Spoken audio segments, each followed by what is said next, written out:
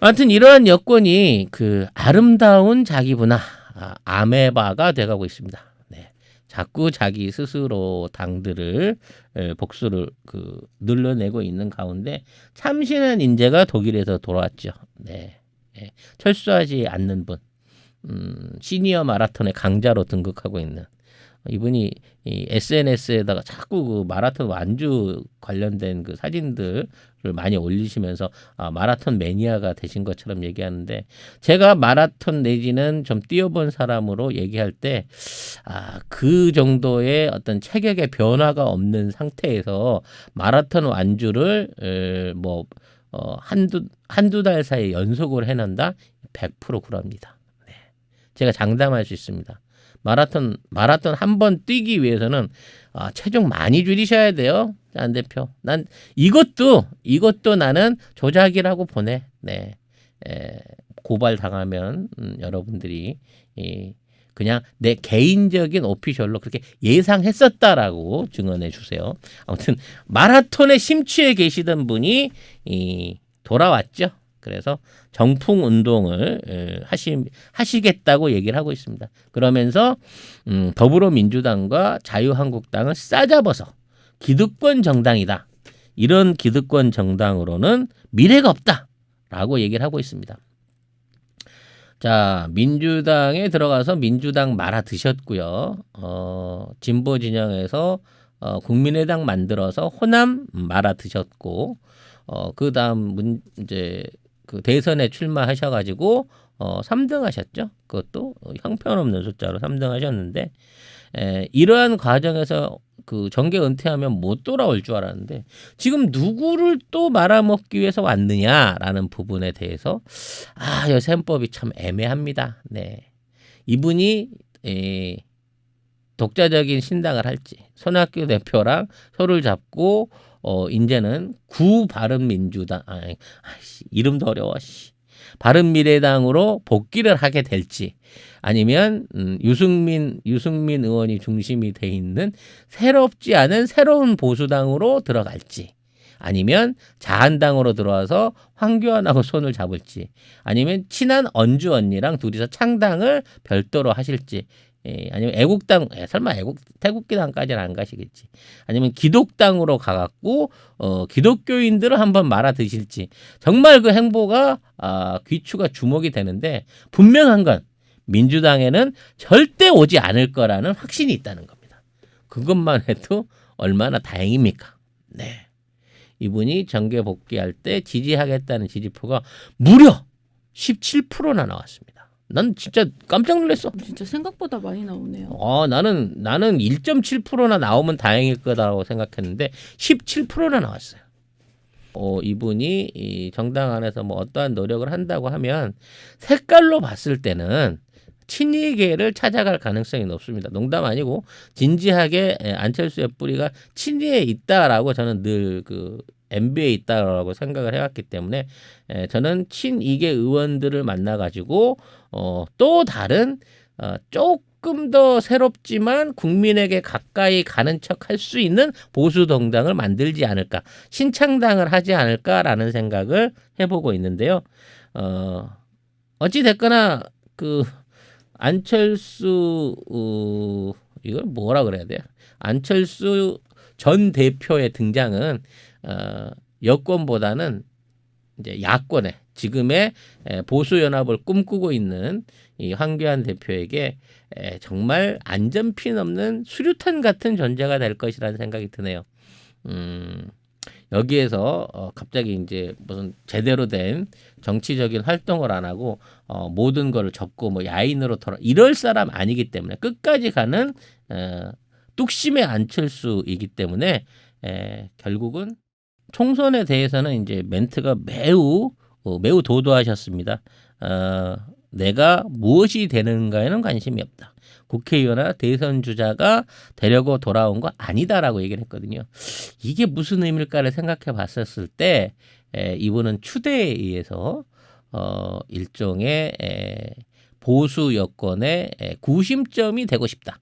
자신을 중심으로 해갖고 결국은 신보수 여당의 당대표가 되고 싶다라고 하는 얘기를 간접적으로 흘린 게 아닌가라는 생각이 듭니다. 개혁보수, 난 개혁보수라는 게 말이 되는지 모르겠어요. 개혁보수의 기치를 내건 새로운 보수당이 5일날 출범을 했습니다. 이 유승민계 의원들이 주축이 돼서 나와가지고 했는데요. 갑자기 지오다노 CF를 찍고 있더구만요. 예. 옛날에 정우성이랑 전지현이 나왔던 청바지 입고 찍었던 지오다노 CF 기억하시는 분 있으신가 모르겠는데 난 그 장면인 줄 알았어요. 근데 너무 모델이 좀 아니더라라는 생각을 해봤습니다. 8명이 모여가지고 시작을 했는데 80석을 목표로 거셨어요. 대한민국의 국회의원이 한 1000명 뽑으면 가능할지 모르겠지만 8명이서 80석을 만들어내겠다고 얘기를 하고 있습니다. 초재선 의원은 5명밖에 없어요. 사실 오신환, 류이동, 하태경, 정운천, 지상호 정말 대단한 면면이군요. 여기에 이제 이준석, 네, 우리 동네 후배 이준석 씨가 또 이제 거기 끼어 있고 원외 인사로 끼어 있고요. 아무튼 이거 합쳐서 8명이 대표를 한다고 합니다. 한 달에 한 번씩 돌아간다는데 제가 보기에 한 2번까지는 대표할 수 있는데 3개월 후에는 없어질 당이에요. 결국은 이 당이 이렇게 공동대표제를 끌고 가는 이유가 뭘까요? 여러분 생각해 보세요. 다 합당을 전제로 둔 겁니다. 다른 당하고 합당할 때 이 사람들의 전직은 자기들이 이 새로운 보수당의 공동 당대표였던 거예요. 그럼 공동 당대표만 말이지 영입하게 됐을 때 기본적으로 최고위원 자리 정도는 보장을 해야지. 당대표 출신인데 말이야. 이 이력을 만들기 위해서 이 당을 만든 거 말고 이 당이 단독으로 독자적으로 뭔가 지금에 있는 선거전에서 끝까지 완주할 수 있는 당은 절대로 아니라는 거죠. 결과적으로. 그리고 이 당은 양심도 없어요. 새 보수당이 이걸 이제 만들어내 가지고 새 보수당에 자기 이름 합디다. 첫 번째 정강 정책이 이 투표 전에 내놓은 군 가산점 제도 부활입니다. 그러니까 군대 갔다 온 남자들한테 가산점 주자 뭐 이런 제도였는데 이게 위헌을 해갖고 99년에 없어졌거든요. 5% 정도 가산점을 주기로 한 게 있었는데 그걸 없애서 이제 위헌으로 가다 보니까 군대 갔다 온 남자들이나 또 어떤 국가에 대한 애국심이 떨어진다. 젊은 층에 대한 어떤 지지가 떨어진다라는 이유로 이거를 계속 보수 애들이 살려내려고 애를 썼어요. 그래서 2%로 줄여서 그럼 가산점을 주자 하다가 지금은 1%로 줄여갖고 내놓은 이안입니다. 그러니까 해묵은 이슈를 20년 전에 이제 헌법 불합치로 결정난 문제를 20년 만에 다시 갖고 와가지고 마치 자기들이 새로운 보수를 만들어 간다라는 분위기를 만들어내고 있는 거죠. 네. 제가 보기에는 이 당 안에서는 이 당이 만약에 총선 직전까지 간다고 하면 끝까지 남아서 이 당 이름 달고 선거에 출마할 사람은 유승민 대표 한 사람밖에 없습니다. 유승민 대표는 본인이 정치개혁을 하기 위해서 험지에 출마하겠다라고 얘기하면서 자기가 삼선했던 지역구에 출마를 다시 선언을 했어요. 아니 자기가 삼선했으면 자기 텃밭인데 거기에 가갖고 내가 험지 출마한다고 거길 나간다고 했다니까? 이거 뭔 의미죠? 네. 그만큼 대구 안에서 지금 새 보수당에 대한 인기가 너무 형편없다는 거예요. 기본적으로. 대구 시민들도 자한당도 밉지만 새 보수당 나왔다고 하니까 얘네들은 더 미워. 이렇게 가고 있는 겁니다. 바른미래당으로 나왔을 때 그나마 있던 당원들 중에 새 보수당 창당을 하게 되니까 한 1000명 정도가 탈당을 했다고 그래요. 자한당에 있다가 바른미래로 왔을 때 지지 세력이 많이 빠져나갔는데 그래도 어떻게 해서 당선은 시킬 수가 있었는데 이게 이제 다시 한 번 더 빠져나간 거죠. 또 분리가 돼서 새로운 보수당으로 되니까 1000명 이상 당원이 빠져나가 버렸다는 겁니다. 그런 상황 안에서 될까요? 물론 거기서 민주당 인사가 뽑히기는 어렵겠습니다만 자한당 출신 인사하고 붙어가지고 유승민이 생존해서 대구에서 살아 돌아올 수 있을까요? 이미 어렵다고 봐야 되는 상황인 것 같습니다. 지금 대구에 새로운 강자로 떠오르고 있는 국가혁명 배당금당이라고 하는 당이 있어요. 국가혁명 배당금당이라는 당이 있는데요. 이 당에서 공천 출마자들을 받고 있는데 이게 이제 유승민이 이끌고 있는 새 보수당보다 더 많은 공천 지원자가 몰리고 있다고 합니다. 심지어 더불어민주당의 후보보다도 더 많이 몰리고 있다네요. 국가혁명 배당금당은 너무나 잘 아시는 이 허경영 총재가 창당을 한 당입니다. 그래서 이제 이 허경영 총재가 대구에서 이제 그 대구 지역 출마자들을 지원을 받았는데 이 지원자들이 거기에 출마하겠다. 그 허경영 당의 후보로 출마하겠다고 지원한 숫자가 물론 자한당이 제일 많겠죠. 대구니까. 민주당이나 지금의 더불어민주당이나 새 보수당을 뛰어넘어서 그보다도 더 많은 숫자가 예비선거로 등록을 했다는 거예요. 한국당이 18명인데 국가혁명 배당금당이 11명의 후보를 냈고 민주당이 9명의 후보가 지원을 했다고 합니다. 정말 대단합니다. 지금 그 새 보수당의 대구 인기는 이렇게 되기 때문에 이 당이 앞으로 한 97일 남았죠. 이제 선거까지 97일 남은 입장에서 2달을 못 간다는데 제 전 재산과 손바닥에 장을 지지는 약속을 할 수 있습니다. 여러분들은 뭘 거시겠습니까? 다만 저 당이 8명이라도 8명이 뭐야 그냥 현역 의원이 5명만 추려가지고 이 5명이라도 한 당 안으로 온전히 흡수될 가능성도 저는 거의 없다고 봅니다. 나중에 뿔뿔이 자기 입맛대로 흩어져 가지고 자기 지역구의 경쟁력에 비슷한 쪽의 당으로 가게 될 것이고 이러한 그 당들이 이 난립을 하게 됨으로 인해서 여권의 총선 승리는 더더욱 밝아질 수 있다. 제발 자한당하고만 합치지 마라라고 얘기하고 싶어요. 지금 황교안 대표가 이제 뭐 통합 보수를 내세우면서 이 부분에 대한 그 빅텐트를 열어놓고 접촉을 하고 있습니다만은 이 새 보수당 같은 경우에도 그 넘지 못할 선을 뚜렷하게 보여주고 있어요. 넘을 수가 없어. 왜? 탄핵을 부정하라라는 이 요구를 받을 수가 없는 거예요. 지금 있는 상황에서 친박계로 분류되고 있는 자한당이 이 탄핵에 동참했던 지금의 새 보수당 사람을 끌어안는다고 하면 오히려 현재 친박당인 자한당이 무너지게 될 공산이 크기 때문에 끝까지 이 사람들을 다 끌어들이는 영입은 불가할 것이다라고 보는 게 화학적인 공식입니다. 이거 합치면 무조건 폭발이에요. 폭발. 네.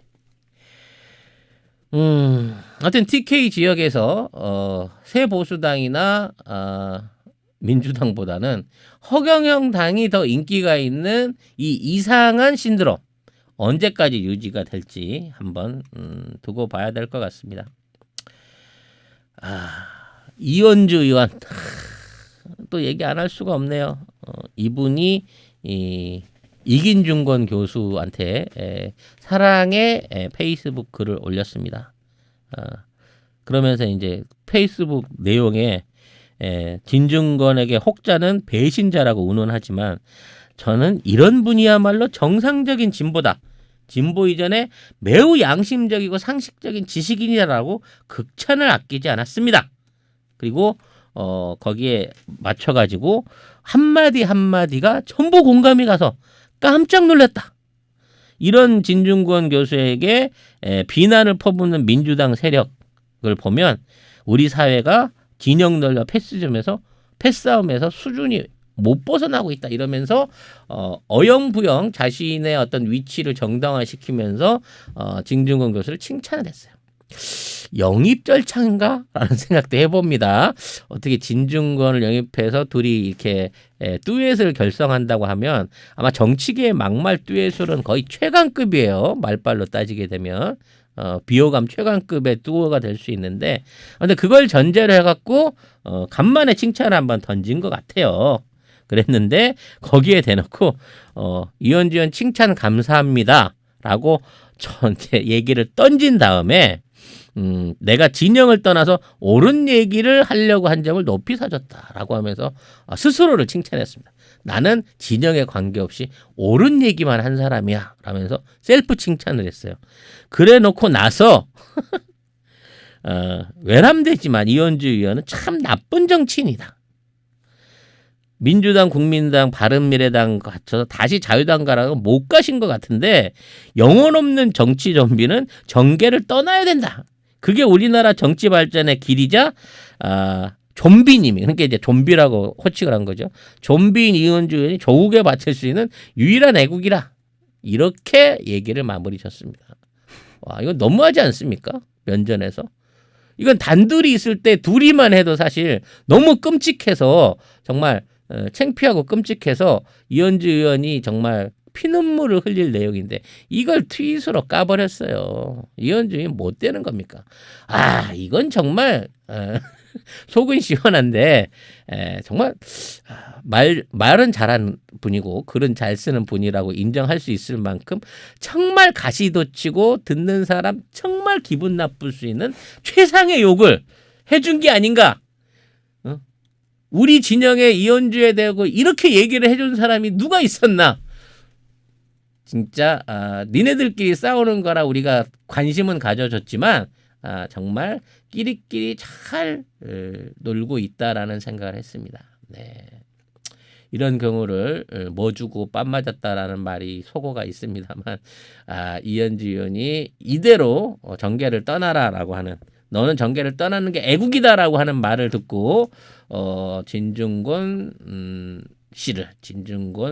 전 교수를 어떻게 할지 한번 좀 두고 봐야 될 것 같습니다. 내가 보기에 그 집착으로 봤을 때 가만히 안 있어. 네. 뭐라도 복수 성명 나오지 않을까라는 생각이 듭니다. 요 뉴스 나오고 제가 좀 황당한 뉴스가 있었는데 뭐냐면 청와대 뒷산에 패트리어트가 설치됐다. 이 얘기예요. 네. 그래서 이 뉴스가 나오자마자 지들은 평화한다 그래놓고 김정은이 믿는다고 그래놓고 지들만 살겠다고 거기에 패트리어트를 놨다라고 하는 의견이 있다라고 하면서 이걸 막 부추깁니다. 청와대 부도덕성을 또는 이중성을 비판하는 듯한 내용의 댓글과 내용들을 막 만들어가고 있어요. 네. 이게요, 문재인 대통령이 결정한 것도 아니고, 원래 그 사드 배치를 하기 위해서 그쪽에 있는 패트리어트 부대를 옮기기로 했잖아요. 이미 2016년도 이전부터 계획이 됐대요. 왜냐하면 지금 원래 이 자리에 있던 방공포대를 없애고 그거를 패트리어트로 대치한다라는 게 이미 2016년 이전에 이전 계획이 다 나와 있었는데 그걸 갖다가 지금 실행하고 있는 그러니까 이달 들어 했다니까 언제 했을까요? 아마 4, 5일쯤 했을 것 같은데 그거를 설치하고 있다는 내용을 굉장히 무슨 이율 배반적인 청와대의 비양심적인 뭐 이런 내용인 것처럼 보도를 한 거죠. 네. 2016년도에 김정은이 뭐 청와대를 불바다 만들겠다 이 얘기가 있을 때부터 패트리어트를 우선 배치하기 위한 계획들이 진행되고 있었다고 합니다. 그리고 거기에 대해서 추진 계획들이 쭉 있었고 정상적으로 진행되고 있는 이 정부와 전혀 상관없는 업무 진행 과정을 보고 이거를 그런 식으로 기사를 쓴다. 국민 이간질 정말 대단하지 않습니까? 네. 일부 모질한 트위터리안들의 정말 악랄한 얘기들을 들으면서 많이 부러웠구나라는 생각이 듭니다. 네. 방공포대를 패트리어트 부대로 바뀐 게 이게 도대체 국가 잘못한 거다? 내지는 청와대가 자기 이익을 차린 거다라고 생각하는 그 정신이 오히려 제정신이 아닌 게 아니라라는 생각을 해봅니다.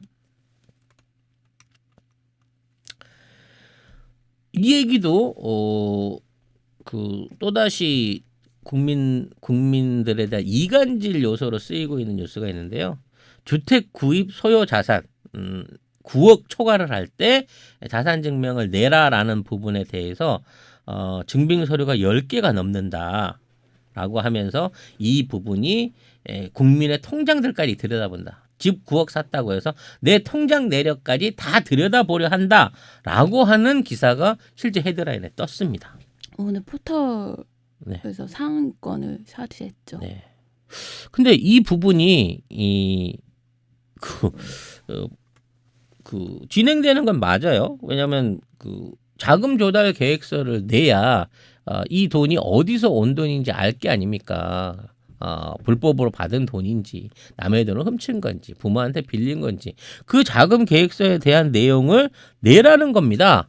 그래서 거기에 대한 내용이 없으면 네가 어디서 이 돈이 나와서 9억짜리 집을 사는데 라고 하는 증명을 내라고 하는데 그게 문제가 있다라고 얘기하면 스스로가 범죄자라고 지금 얘기하고 있는 거 아니에요? 범죄자의 공범이라고 얘기하는 거 아닙니까? 소득이 증빙되지 않는 9억 이상의 자산이 어떻게 대한민국에 있을 수가 있습니까? 법치국가에서. 내가 일을 하지 않았는데 근로를 하나도 하지 않았는데 내 통장에 9억이 어떻게 꽂혀 있을 수 있는 거죠? 네. 물론 한진그룹 같은 경우에 할아버지 돌아갔을 때 스위스은행에 500매덕을 아버지가 꺼냈는데 거기에 대해서 정부가 세금을 때렸다고 해가지고 이게 어떻게 우리가 책임져야 될 세금입니까라고 띵깡을 놓다가 결국은 집안에서 화분 깨가면서 박살을 내가면서 싸움이 일어났던 얘기가 있는데 그런 식으로 하는 집안 당연히 범죄죠. 내가 일을 해서 벌어서 또는 부모한테서 부모의 도움을 받아 하게 된다 그러면 증빙할 수 있는 방법 얼마든지 있습니다. 그런 정상적인 거래로 집을 사는 모습을 보여달라 그랬지. 당신 돈이 얼마나 있는지 궁금해가지고 그거를 들여다 본다라는 논리로 얘기하는 이런 사람들이 어디 있습니까?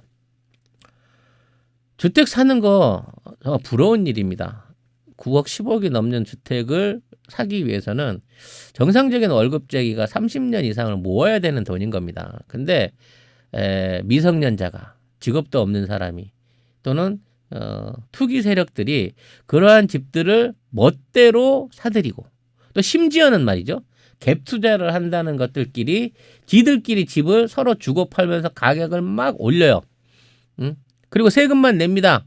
몇 프로 안 되는 취득세를 내가면서 자 봤지 내 집이 2억짜리인데 4억 주고 산 거야. 그러니까 너 전세 3억에 들어와야지 라고 하면서 세입자를 얽매이는 용도로 썼어요. 지금까지 실제 돈을 주고받지 않으면서 그런 식의 가짜 매매 계약서를 갖고 갭 투자하고 부동산 투기하고 그걸로 담보대출 사기하고 깡통 전세 때려가지고 피해자들 양산해 내게끔 하는 법적 제도의 허술함을 개선해 보자고 국가가 정책을 마련했는데 이게 국민의 재산권을 침해하는 행위로 일종의 매도를 당하고 있는 겁니다. 대단한 애들이에요. 그마마는 돈을 가지고 있는 애들, 그 기득권을 가지고 있는 애들이 거기에 동참하고 거기에 대해서 비난한다고 하면 그걸 받아들이겠습니다만은 전세도 아니고 월세 사는 사람이 이 국가는 이런 식이야. 돈 있는 사람 다 죽일라 그래. 세금으로 조지고 자금조사 세무조사로 조지고 도대체 이 나라 못 믿고서 그 당신이 전 재산이 얼만데 통장에 얼마 있는데 하고 물어보면 전세도 안 살아요. 그런 사람들. 이거 뭐 하는 논리죠? 오히려 잘한다 해가지고 그렇게 부풀려진 자금들 회수하고 안 팔리는 부동산들 강남에 부동산 관련해가지고 대책이 나오고 나서 오히려 1억씩 올랐다 2억씩 올랐다 막 이러면서 오히려 그 역효과를 내고 있다 막 그러고 기사들이 쏟아져 나와서 그 부동산 기사도 기사들이 있죠. 전셋값 치솟고 있다고. 전세값이 치솟고 있다. 근데요 실상 가보면 없어요. 왜? 지들끼리 불안하니까 빨리 손절매하려고 그런 식으로 가격을 던져놓고 눈먼 놈이 와갖고 사지 않을까? 이런 식으로 던져보기 위해서 가짜 기사들을 광고성 기사들을 만들어서 써내는 겁니다. 오히려 1억씩 떨어지고 있대요. 매매자가 안 나오니까. 아파트 단지 안에서 주민들이 누가 금매로 싸게 내놓으면 부동산을 다 때려 엎는다고 하지 않습니까? 집값 떨어진다고. 누구든지 그 다음에 자기가 받은 돈에 얼마만큼의 이득을 보장해 주지 않고 집을 파는 놈은 집 팔지 말아라는 식으로 단합을 하고 있다고 하는 얘기들을 많이 듣고 있잖아요. 그건 뭡니까? 개인의 이익을 위해서 진짜 집을 필요로 한 실소유들을 우려먹고 있는 거예요. 그 사람들은 피해를 주고 있는 겁니다. 그런 사람들에 대한 제재가 지속되고 그런 정상적인 재산권 행사를 할 수 있게끔 여건을 만들어서 부동산의 불로소득이 우리가 차지하고 있는 GDP와 실질소득을 갉아먹지 않도록 그러한 대책을 세우지 않으면 이 나라의 미래는 없는 거예요. 중국이나 일본 보세요. 버블 때문에 다 망가지잖아요. 모기지론 한 방에 미국 같은 거대한 국가도 빚이 2배로 늘어나는 거 보셨지 않습니까? 200년 동안 저은 빚을 4년 만에 늘려버린 게 모기지론 사태 한 방이에요. 이게 다 부동산 버블 때문이라는 겁니다. 부동산 가격이 떨어져서 진짜 100평이나 조그만한 뭐 아파트나 땅떼기 하나 갖고 있어서 손실 봐갖고 이거 어떡하나 걱정하시는 분들 물론 있을 수 있습니다. 그런 분들을 안타깝죠. 근데 그와 대안해서 그 부동산에 대한 부분을 보충하기 위해서 보존하기 위해서 들어가고 있는 엄청난 사회적 비용을 오히려 주거 문화를 임대 장기 임대나 완전 임대 같은 걸로 전환하고 거기에 들어갈 집 마련에 들어갈 엄청난 재원들을 그 국민들의 생활과 복지와 환경을 개선하는 데 쓰일 수 있는 국가가 된다고 생각해 보세요. 여러분은 어느 쪽을 선택하시겠습니까? 작가님. 여러분 지금 목소리 들어가고 있나요? 목소리는 잠시만 끊어서 죄송한데 버퍼 지금 괜찮으세요? 지금은 정상이신가요? 네. 저는요. 제가 10억짜리 집을 사서 거기에 대한 자금 계획서를 내놔라 그러면 전 정말 자랑스럽게 내놓고 싶어요. 진짜 10억이 있다고 치면. 내가 어떠한 노력을 통해서 이렇게 해서 돈을 이렇게 만들어 왔습니다라는 내력서를 만들 수 있다 그러면 저는 그거를 감추기 이전에 오히려 자랑하고 내놓고 싶습니다. 다른 사람한테. 이걸 감추고 싶다는 거는 그 돈이 정당치 않은 돈이라고 하는 얘기밖에 안 되는 거고 이걸로 폄하하려고 하는 세력들은 진짜 대한민국의 핵심 기득권 아마 5%도 안 되는 아니면 종부세 대상이라고 하는 3%도 안 되는 그 세력들이 아니고서는 이런 식의 기사나 논리에 동조할 수 없다는 거죠. 네. 못 가진 놈이 부러워서 저런다라고 생각하지 마시고 이게 꼭 필요한 대한민국의 개혁과 발전을 위해서 꼭 필요한 과정이다. 이거 아니면 평생 벌어서 30년을 벌어서 내가 노력해서 저축한 돈이 이 집을 사기 위한 거품으로 사라지게 된다라는 부분을 만들게 해서는 안 된다는 거예요. 맞아요. 그리고 이런 부동산 거품 때문에 사실은 피해자들이 굉장히 많아요. 드러나지 않은 피해자들이. 네. 마지막으로 짜질구레한 찌끄레기도 간단하게 좀 얘기해보고 싶은데요. 오늘도 비가 내렸죠. 네. 올겨울에 눈이 안 내린답니다. 12월 한 달 동안 1cm도 안 내렸대요. 네. 이게 73년 통계 이후 최소라 그러대요. 그리고 어제 오늘은 정말 장대비가 쏟아지더라고요. 그러니까 여기에 대해서 이제 언론 보도가 나오는데 지구 환경이 심각하다. 온실 효과 때문에 지구 환경이 심각한 상황이다라고 얘기하면서 마치 이 모든 게 온실 효과나 뭐 기상 이변 또 그런 기상 이변을 일으키고 있는 뭐 여러 가지 요인들 선진국이나 뭐 중국, 미국 같은 나라들에 대한 잘못이다라는 방식으로 이제 몰아가고 있는 부분이 있는데요. 네. 온실 효과라고 하는 건 이제 이산화탄소가 비중이 높아지는 거예요. 그래서 이게 그 복사열을 지구 밖으로 빠져나가게 못하도록 막아가지고 지구의 온도가 높아졌다라고 하는 건데 이 온실 효과가 사실 없어지게 되면요. 아예 지구의 온실 효과가 없어지게 된다고 하면 지구의 평균 기온은 약 영하 18도로 떨어지게 됩니다, 여러분. 온실가스 효과가 있기 때문에 우리가 지금 이 온도를 유지하면서 살 수 있는 거예요. 우리보다 조금 멀리 떨어진 화성 같은 경우에 평균 기온이 영하 63도라고 합니다. 결과적으로 온실가스 효과가 어느 정도 있어야 인류와 모든 생명체들이 존재할 수 있을 만큼의 효과가 진행이 되는 거예요. 그래서 이제 지구의 온실가스가 높아지기 시작한 게 석탄을 떼기 시작한 산업혁명 시대라고 치고 한 100년에서 한 150년 전부터 이 온실가스 효과로 지구의 기온이 높아졌다라고 주장을 하고 있는데 그 주장에 반해서 올랐다는 온도가 치명적이지 않아요. 2도가 안 됩니다. 평균 기온으로. 그리고 그 2도로 인해서 뭐 지구상의 모든 빙산이 녹아가지고 지구가 물난리 나가지고 바다 밑으로 가라앉는다라고 헛방을 치고 있는 사람들도 있는데 2도가 아니라 10도가 올라도 지구 해수면의 상승 높이가 그만큼 되질 않습니다. 왜? 지구상의 민물 얼음이 바닷물에 비해서 양이 그렇게 얼마 없어요. 이 온실 효과에 대한 공포 마케팅 이게 어디서 왔는가를 우리가 꼭 알아야 됩니다.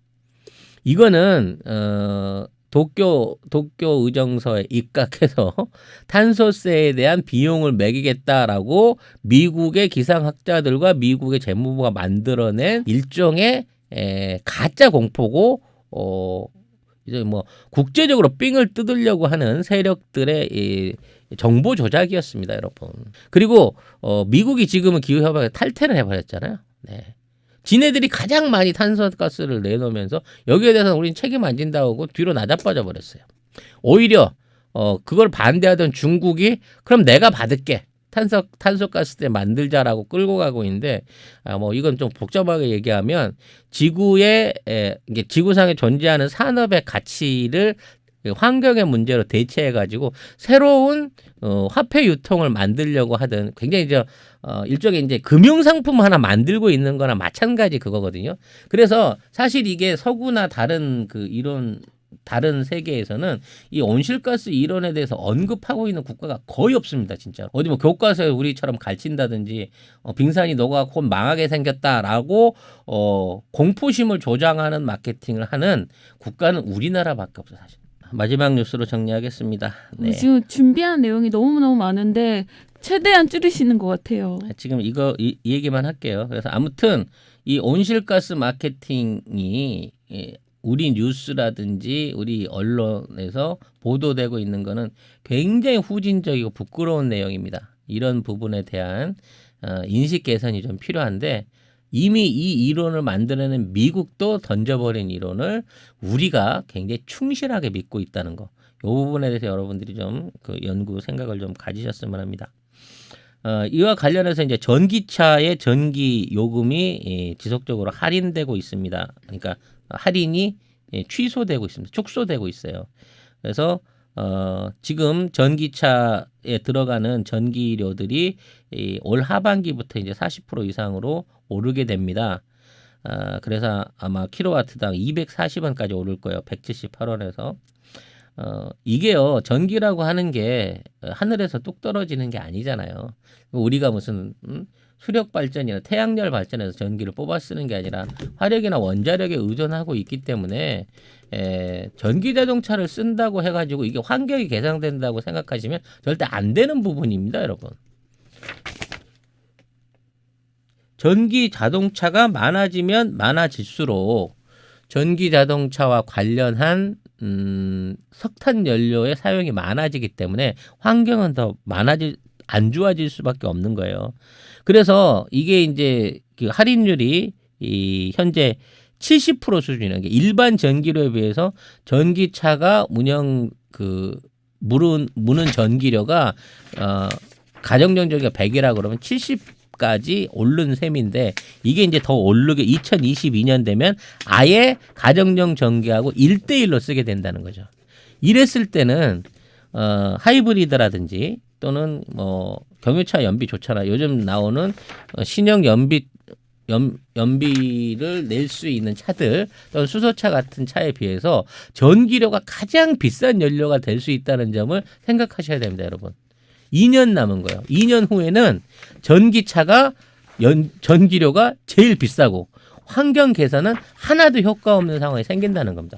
물론 그 전에 우리 국가가 수소차 경제로 그렇게까지 빨리는 안 되겠지만 넘어간다든지 아니면 친환경 에너지를 통해서 전기를 자동차에 얼마든지 공급할 수 있을 만큼 충분히 공급하게 된다고 하면 우리가 전기차의 일종의 승부를 걸어볼 수 있겠습니다만 에너지 자원을 100% 수입해서 사용하고 있는 대한민국에서 전기차에 너무 몰입하는 거는 나중에 늘어나게 될 전기 연료, 그러니까 전기를 연료로 쓰는 가정에 대한 부담을 엄청 높이게 될 겁니다. 휘발유 4,000원 내고 쓰는 그런 상황하고 같은 연료비를 물게 될 가능성이 있다는 점도 여러분이 한번 생각해 보셨으면 좋겠습니다. 준비된 내용이 많은데 수소차 밀어주기 아닙니다. 수소차는 적정선까지는 밀어줘야 됩니다. 왜냐하면 수소 부산 이제 뭐 석유화학을 우리가 많이 하는 국가이기 때문에 그 부산물로 나오는 수소를 활용해 가지고 수소차를 돌린다. 그러니까 수소차를 저렴하게 공급할 수 있다는 제한이 되면 수소차는 에너지적으로도 그렇고 효율적으로도 좋은 차인 건 맞습니다. 하지만 그 이상을 운영하게 되면 수소를 만드는 비용이 일반적인 연료차나 전기차보다 더 비싸질 수가 있어요.